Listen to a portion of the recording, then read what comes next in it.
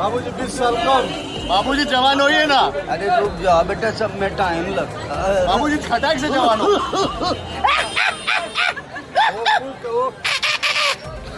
Majority जो कि कश्मीर के मुसलमान हैं उन पर बहुत अत्याचार किए जाते थे और पंडित की मोनोपोली के कारण ही अमीर पंडित और गरीब मुसलमानों के बीच में खाई बढ़ती चली गई।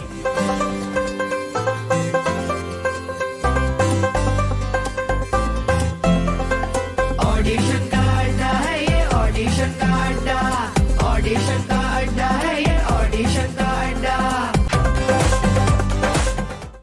नमस्कार, आदाब। ऑडिशन के अड्डे पर आप सबका एक बार फिर से स्वागत है। अतुल भाई, एक बार फिर आपको बहुत बहुत धन्यवाद, आप आए हैं यहाँ पर।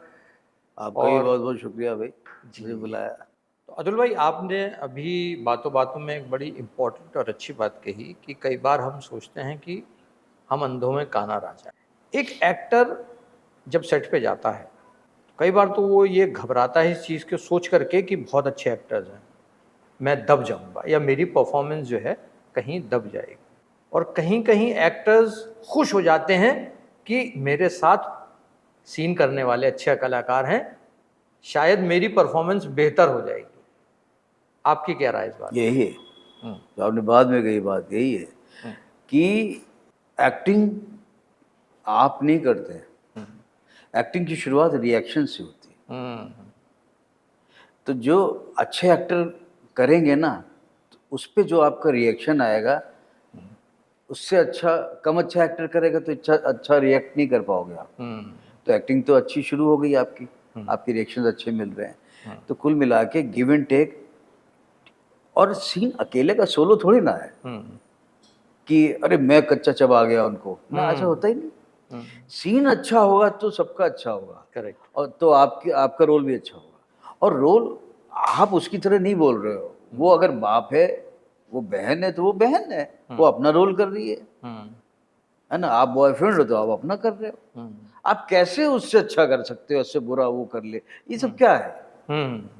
ये बहुत ही बकवास बातें हैं, है ना। जब पूरा सीन अच्छा होगा जी, तभी अच्छा बुरा हम कह पाएंगे क्या किया है तुमने। और मुझे ज़्यादा खुशी होगी कि कोई ये कह ही ना पाए कि यार आप बेस्ट थे। लोग कहें क्या सीन था। बिल्कुल, पूरे सीन ने हिला दिया। वो जीत है, सीन की जीत है। सीन ने हिला दिया, मतलब लग ही नहीं रहता कि हम एक्टरों को देख रहे हैं। लगा था हम किसी परिवार की एक इस त्रासदी को देख रहे हैं। बाप रे, लोग कहते ना ये सीन देख के रोंगटे खड़े हो गए। करेक्ट। हमें ये रिएक्शन चाहिए। और जिस एक्टर को ये रिएक्शन चाहिए कि वो धीमे से कह रहा है कि ना वो सीन स्टील करना, चोरी करना, ये सब बकवास की बातें हैं। किसी ज़माने में की जाती थी और क्यों करते थे मुझे आज भी समझ में नहीं आ रहा है। इसको मैं इनसिक्योरिटी बोलता हूँ। इनसिक्योर जो लोग सीन खराब करने वाली बात है या ये है कि आप मकसद अपने बारे में ऐसे भी एक्टर मैंने पाला पड़ा है जो कुछ डिस्ट्रैक्ट कर देंगे। तो फिर तो चंबल चले तो डाकू बन जाओ ना भाई। है ना। यहाँ आके भी रिश्वतखोरी करोगे। यहाँ तो ईमानदारी करो। यहाँ जिंदगी देखने और दिखाने की बात यहाँ भी चालें चलोगे। अरे चालें तो एक्टिंग में करो ना, है ना। कैरेक्टर को चलने दो ना, चालें। करेक्ट। तुम कर रहे हो कैसे इसको नीचे दबा दें। ये भी बात है कि हमें रेस में दौड़ना बहुत अच्छा से नहीं आता, इसको टांग खींच दो, इसको सुनो 3 गुंडे लगा दिए, इसको साले का एक्सीडेंट कर दो, हम जीत जाएंगे। जी जी जी जी। अरे तो यही करना है तो जाओ ना, डकैती डालो, आतंकवादी बन जाओ, कुछ बन जाओ भाई, तुम स्मगलर बन जाओ। करेक्ट। मोना डार्लिंग के पास चले जाओ। कुछ सोच के लोग आने ही नहीं चाहिए इस फील्ड में, जो ये तिकड़म सोचते हैं। करेक्ट। अभी जब कास्टिंग भी होती है या एक एक्टर को कैरेक्टर की ब्रीफिंग दी जाती है, तो कई बार तो होता है कि एक्टर रेफरेंसेस मांगता है कि भाई आपके जहन में क्या रेफरेंस है। और कई बार ऐसा होता है एक्टर मांगे या ना मांगे उसे रेफरेंस दे दिए जाते हैं। ये पॉजिटिव है या नेगेटिव है आपके हिसाब से? किस तरह से दिए जा रहे हैं, उसका ढंग क्या है। मुझे भी दिए गए सर। उस फिल्म में जैसे वो करते हैं ना, जॉनी भाई करते हैं ना, बस वही है आपका कैरेक्टर। या फलां ने जो किया वही है, अच्छा सुन लेता हूँ। सर आपको करना वैसे है तो नहीं सुन पाता, उनकी तरह करना है तो थोड़ी ना सुनूंगा मैं।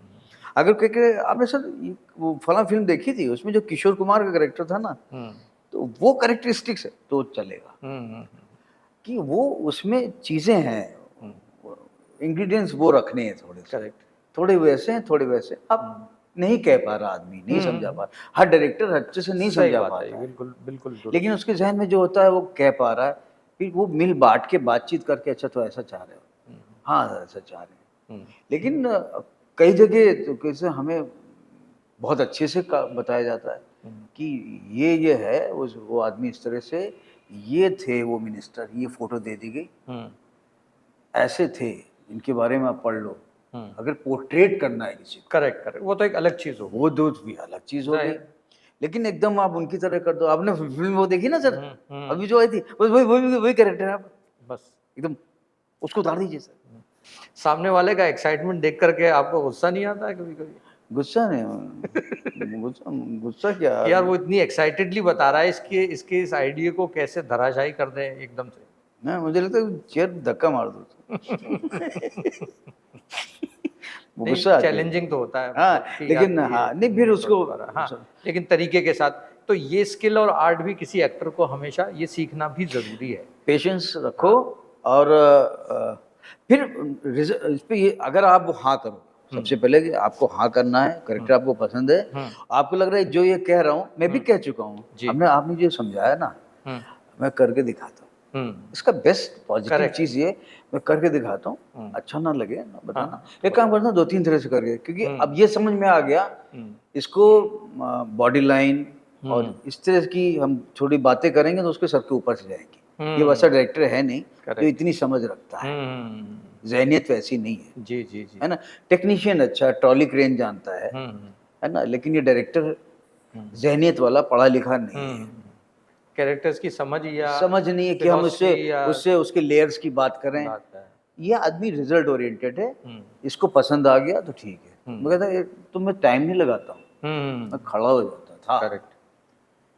और तुरंत ऐसा करें कुछ, या फिर उससे मिलते हमने कहा ये करेक्टर तो मेरे यहाँ लोग हैं भाई, मैंने तो देखे बचपन से। एक फिल्म तो ऐसे ही मुझे मिल गई थी कि एक कास्टिंग डायरेक्टर थे जी, उन्होंने जो है किसी और को बात करवा दी थी, और लेकिन इसकी डायरेक्टर की जहनियत में मैं था, जहन में मैं था बजरंगी देखने के बाद, बजरंगी भाईजान। तो ये एक्टर से मिलना है, कोई मिलने नहीं दे रहा है। तो उससे कहा कि असिस्टेंट था, उससे कहा कि तुम ये हमें चाहिए, मेरे जहन में ये हैं। बोले अभी मिली, फोन किया आके मिले। जब आया मिलने तो तब तक वो लगभग जबान से फाइनल हो चुके थे, कोई एक्टर थे। तो मेरे बात हुई तो ये है, ये सुनाया। अरे हमने ये तो बचपन से देखा मैंने ऐसे कैरेक्टर, ये ऐसे लोग ऐसा सोचते हैं, ऐसा सोचते हैं, ये सोचते हैं, ये सोचते हैं, और वो सुने जा रहा, मैं बोले जा रहा हूँ, मैं ऐसा सोचते हैं। और कभी कभी और मैं एक्साइटमेंट में ना करता जा रहा हूँ कुछ कोई लाइंस मुझे नहीं पता, कुछ नहीं। आप तो मेरी स्क्रिप्ट के ही डायलॉग बोल रहे हैं। अंदर गया, उसने प्रोड्यूसर को बोला हमने इनको साइन करके तो अभी किया अभी, लेकिन वो एक्टर साइनिंग तो नहीं दिया, नहीं इनको मना कर दो, हमें यही मेरी चॉइस थी और ये तो इनसे अच्छा कोई करेंगे। और फिल्म की मेरे ऊपर बेस्ड है। तो ये एक एक्टर की यहाँ सभी ज्ञानी है।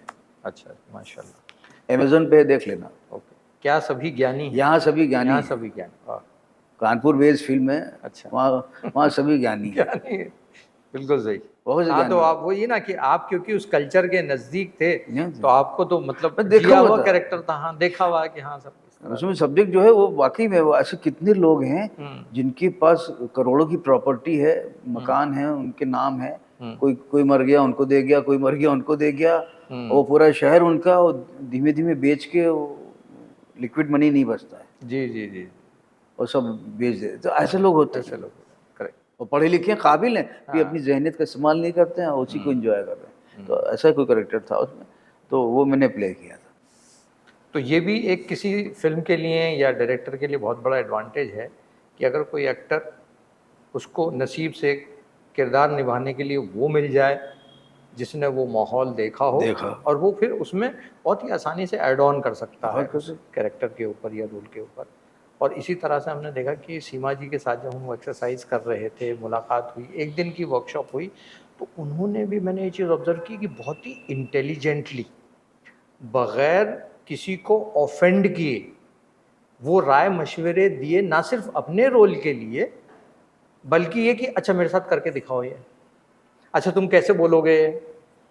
तो वो उसमें इनडायरेक्ट रिहर्सल करवा करके सामने वाले का कॉन्फिडेंस भी बढ़ रहा था, सामने वाले का सीन और अच्छा हो गया, सीन और अच्छा होता जा रहा है। मेरे साथ भी होता है जब आप एकदम उसमें आ जाते हैं जी। मेरे साथ कई बार हुआ कि मैं एकदम से स्क्रिप्ट रीडिंग हो रही है, मैंने कहा तो ऐसा सी बोल सकता है, और उसने डायरेक्टर कहा सर आप लोग सब पूरे छूट है कि आप अपने अपने राय दीजिए सर स्क्रिप्ट के दौरान। हमने सॉरी मैं बीच में रोक रहा हूँ, यहाँ पे तुम ऐसा ऐसा कर लो तो ये मज़ा आ जाएगा। करेक्ट। तो किसी और एक्टर ने कहा कि आप इतना इम्प्रोवाइज तो मैं भी कर सकता हूँ थोड़ा से। तो मैंने कहा मैं अपना तो कर ही नहीं रहा हूँ, मैं तो स्क्रिप्ट का भला कर रहा हूँ। अगर मैं गलत ट्रैक पे जा रहा हूँ तो तुरंत तो रोक दो मुझे। कभी कभी मैं भी एक्साइटमेंट में हो सकता हूँ गलत जा रहा हूँ, और कभी कभी 5 आइडियाज आ जाते हैं, फिर खुद ही कहता नहीं मतलब नहीं बकवास, खुद ही मैं देता हूँ ऐसा रखो, फिर खुद ही हंसता हूँ नहीं तो बकवास ही जा नहीं रहा, उस फ्रेम में नहीं जा रहा है। आपको characterization within a line करना है, और विद इन अ लाइन भी एक थिन लाइन होती है, उस थिन लाइन को क्रॉस करके बड़ी लाइन के पास नहीं जाना है। दिस इज द टेक्निक, यही मेरी परिभाषा है डिज़ाइन करने की। हमें थिन लाइन क्रॉस नहीं करनी है। थिन लाइन होती क्या है, ये समझ पे और एक्सपीरियंस पे, तजुर्बे पे जाती है। चलो, तो मेरा अगला सवाल ये है कि जैसे आपने कही ना थिन लाइन वाली बात, कैरेक्टराइजेशन वाली बात, अब किसी भी एक्टर को रोल के प्रोसेस को फॉलो करने के लिए ऑडिशन के प्रोसेस से गुजरना होता है, वही एक तरीका है। ऑडिशन का जो रेगुलर प्रोसेस है उसमें ये होता है कि एक पेज की स्क्रिप्ट आती है जिसमें कुछ डायलॉग्स होते हैं, और एक एक्टर के लिए बड़ा चैलेंज होता है कि उसको वो लाइंस बोलनी है, और ब्रीफिंग कोई ख़ास होती नहीं है उसके बारे में, और ऑडिशन शायद लेने वाले को भी नहीं पता होता है। क्यों? क्योंकि उसको बहुत लिमिटेड इन्फॉर्मेशन दी। पहले तो ये जो मैं आपसे जाना कि क्या ये प्रोसेस सही है या गलत है, पहली चीज़। दूसरी चीज़ ये कि क्योंकि ये अभी प्रेवलेंट सिस्टम हो गया है, लोग उसको फॉलो भी करते हैं, तो क्या वो एक एक्टर की परफॉर्मेंस को जज करने के लिए या ये चीज़ तय करने के लिए कि भाई ये किस तरह का एक्टर है या उस पर्टिकुलर रोल में फिट होगा या नहीं होगा, वो सही है? नहीं, मेरे साथ भी हुआ था और हर दौर से मैं भी गुजरा हूँ। समझ में ये आया कि हिम्मती होना बहुत ज़रूरी है, और जो निर्भयता है ना वो होना, वो पहली चीज़ है पर्सनालिटी में। आप किसी भी फील्ड में हो जी, आप निडर होने चाहिए, आप बिना मतलब में मत डरो। मैं डरता था। आपका जो डर है वो ही आपका जो ओरिजिनल टैलेंट है वो दे नहीं पाता है लोगों को।